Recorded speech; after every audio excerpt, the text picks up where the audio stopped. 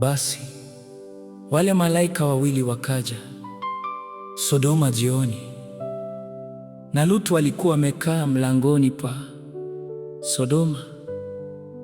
Lutu akawaona, akaondoka, akaenda kuwalaki, akainama kifudifudi, akasema, bwana zangu, karibuni na wasihi mwingie nyumbani mwa mtumwa wenu, mkalale mkanawe miguu yenu, hata asubuhi mwondoke, na mapema mkaende zenu.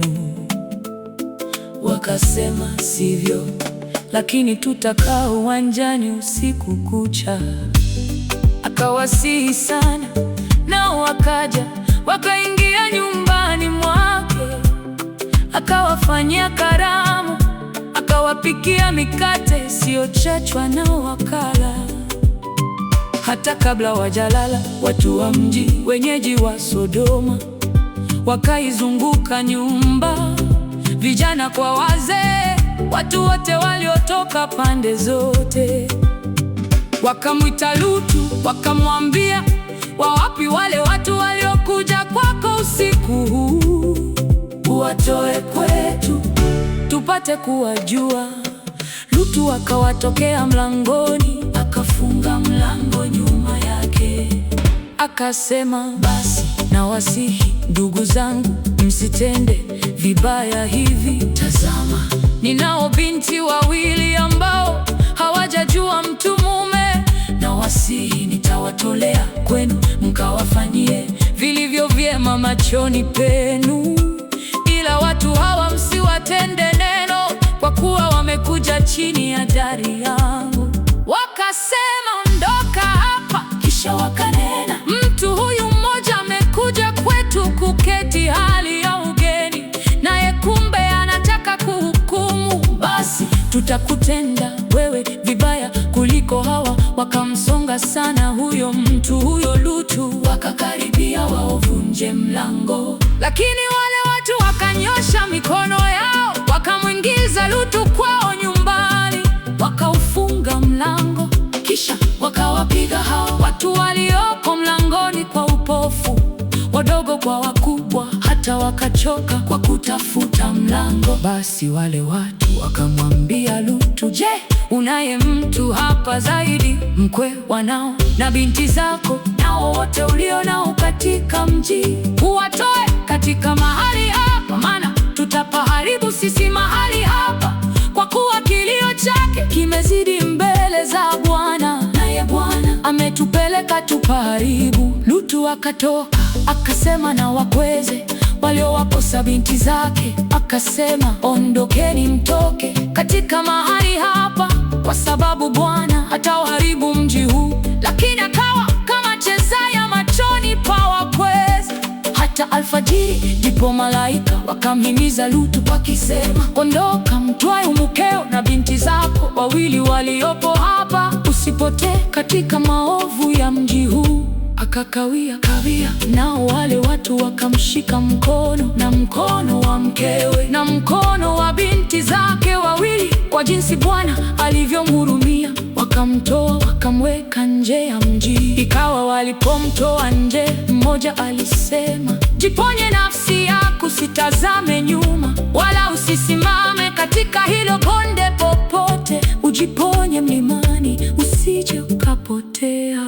Lutu akawaambia, sivyo bwana wangu, tazama, mtumwa wako ameona kibali machoni pako, na umezidisha rehema zako ulizonifanyia kwa kuponya nafsi yangu, nami siwezi kukimbilia mlimani nisipatwe na yale mabaya nikafa. Basi mji huu ukaribu, mkimbilie, nao ni mdogo, nijiponye sasa huko, sio mdogo huu, na nafsi yangu itaishi. Akamwambia, tazama, nimekukubali hata kwa neno hili, kwamba sitauangamiza mji huo uliounena. Hima, ujiponye huko, maana siwezi kufanya neno lolote hata uingiapo humo. Kwa hiyo jina la mji ule likaitwa Soari.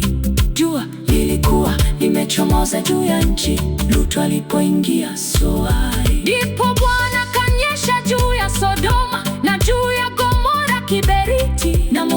akafika mbinguni kwa Bwana, akaangusha miji hiyo na bonde lote, na wote waliokaa katika miji hiyo, na yote yaliyomea katika nchi ile. Lakini mkewe Lutu akatazama nyuma yake, akawa nguzo ya chumvi. Ibrahimu akatoka asubuhi kwenda mahali aliposimama mbele za Bwana, naye akatazama upande wa Sodoma na Gomora na nchi yote ya hilo bonde. Akaona na tazama, moshi wa nchi ukapanda kama moshi wa tanuru. Ikawa Mungu alipoharibu miji ya bondeni, Mungu akamkumbuka Ibrahimu, akamtoa Lutu katika maangamizi alipoiangamiza miji hiyo aliyokaa Lutu.